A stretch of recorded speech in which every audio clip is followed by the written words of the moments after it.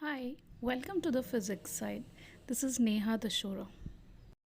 Hello everyone, आज के video में हम डिस्कस करेंगे AC voltage applied to a resistor और इस सर्किट को एक प्योरली रेजिस्टिव सर्किट भी कहा जाता है। इस सर्किट में एक एसी सोर्स जिसका voltage V is equal to V naught sine omega t, क्योंकि एसी सोर्स है तो सिग्नल जो होगा वो वोल्टेज का वो साइनोसॉइडल होगा, ऑल्टरनेटिंग सिग्नल होगा, इसलिए साइन फंक्शन की फॉर्म में टाइम के साथ ओमेगा टी का साइन फंक्शन है, v is equal to v naught sine omega T. और इस सोर्स को हमने एक रेजिस्टर के अक्रॉस कनेक्ट किया है, तो इसमें केवल एक रेजिस्टेंस ही है जिसपे एसी सिग्नल या वोल्टेज लगा है, इसलिए इसको प्योरली रेजिस्टिव सर्किट बोलते हैं। तो इसमें अगर हम लूप रूल लगाते हैं, इस लूप में अगर लूप रूल लगाते हैं तो लूप रूल के हिसाब से ईएमएफ या वोल्टेज V और इज इक्वल टू, अगर करंट I फ्लो कर रहा है तो V इज इक्वल टू आई हो जाएगा। लूप रूल से भी होगा, लूप रूल से हमने किया है, जिसमें एक साइड ईएमएफ होता है, एक साइड I इंटू आर वाली वैल्यूज का सम होता है, तो V is equal to i r. V की value V naught sine omega t put कर देते हैं, क्योंकि हमारे सिग्नल का voltage V naught sine omega t हमें गिवन है इस सिचुएशन में, तो V is equal to V naught sine omega t मैंने यहाँ सब्सटीट्यूट कर दिया है।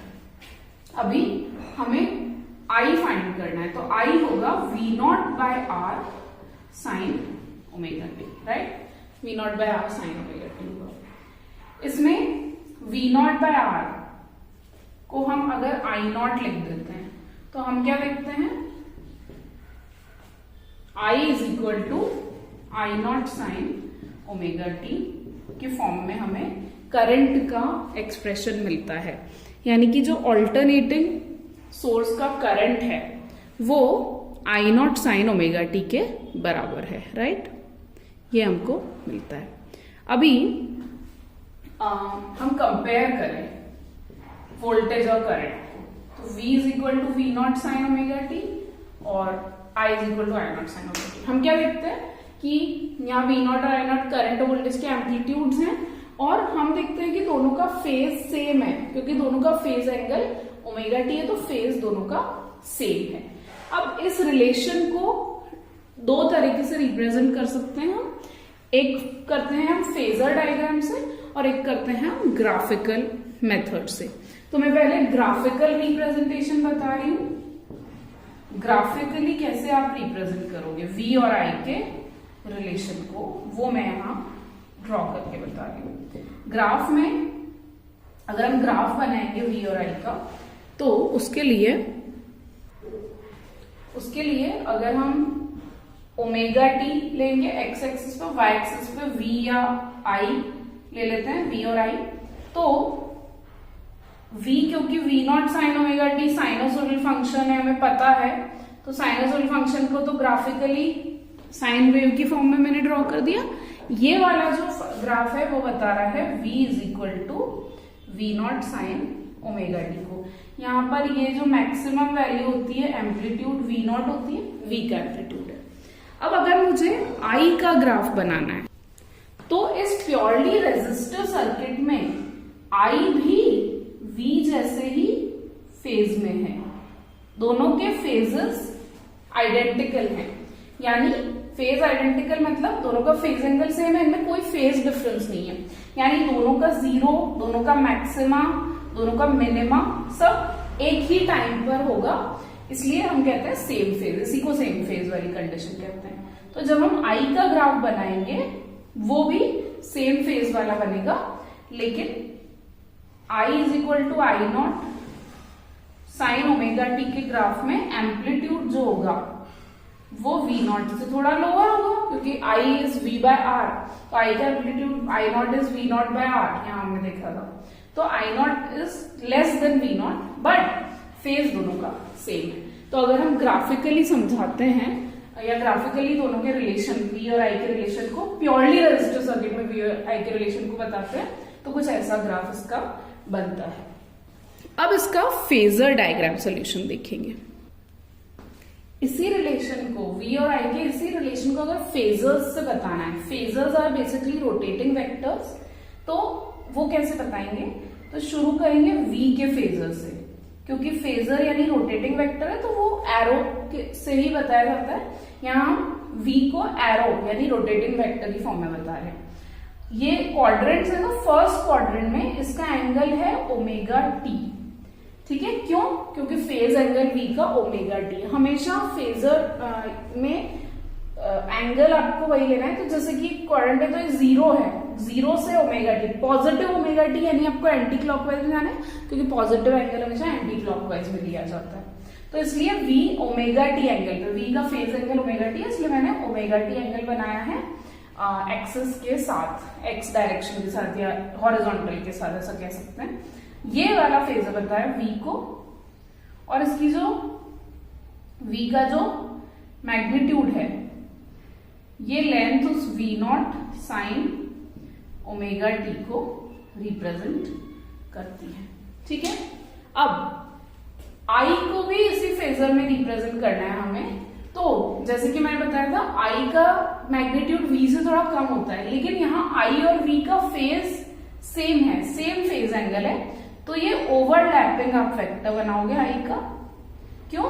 क्योंकि I का भी phase angle omega T same angle है, तो ये वाला जो फेजर होगा वो I को रिप्रेजेंट करेगा, और ये जो इसकी I के मैग्नीट्यूड को I not sine omega T को, इसकी जो प्रोजेक्शन है वो रिप्रेजेंट करेगा। तो इनकी ये लेंथ होगी, ठीक है। ये इनका एम्पलीट्यूड नहीं बता रहा है, ये सिर्फ आई नॉट साइन ओमेगा टी बता रहा है ओमेगा टी फेज एंगल के लिए। एम्पलीट्यूड तो आई नॉट या वी नॉट होता है, तो वो लेंथ नहीं है, ये वो लेंथ मैक्सिमम होती है, वो अभी नहीं है, वो ओमेगा टी एंगल पे नहीं मिलेगी हमको। वो एंगल 90 डिग्री हो जाएगा तब हमें मैक्सिमम लेंथ यानी एम्पलीट्यूड मिलेगा। ओके, तो ये होता है phasor representation for purely resistive circuit.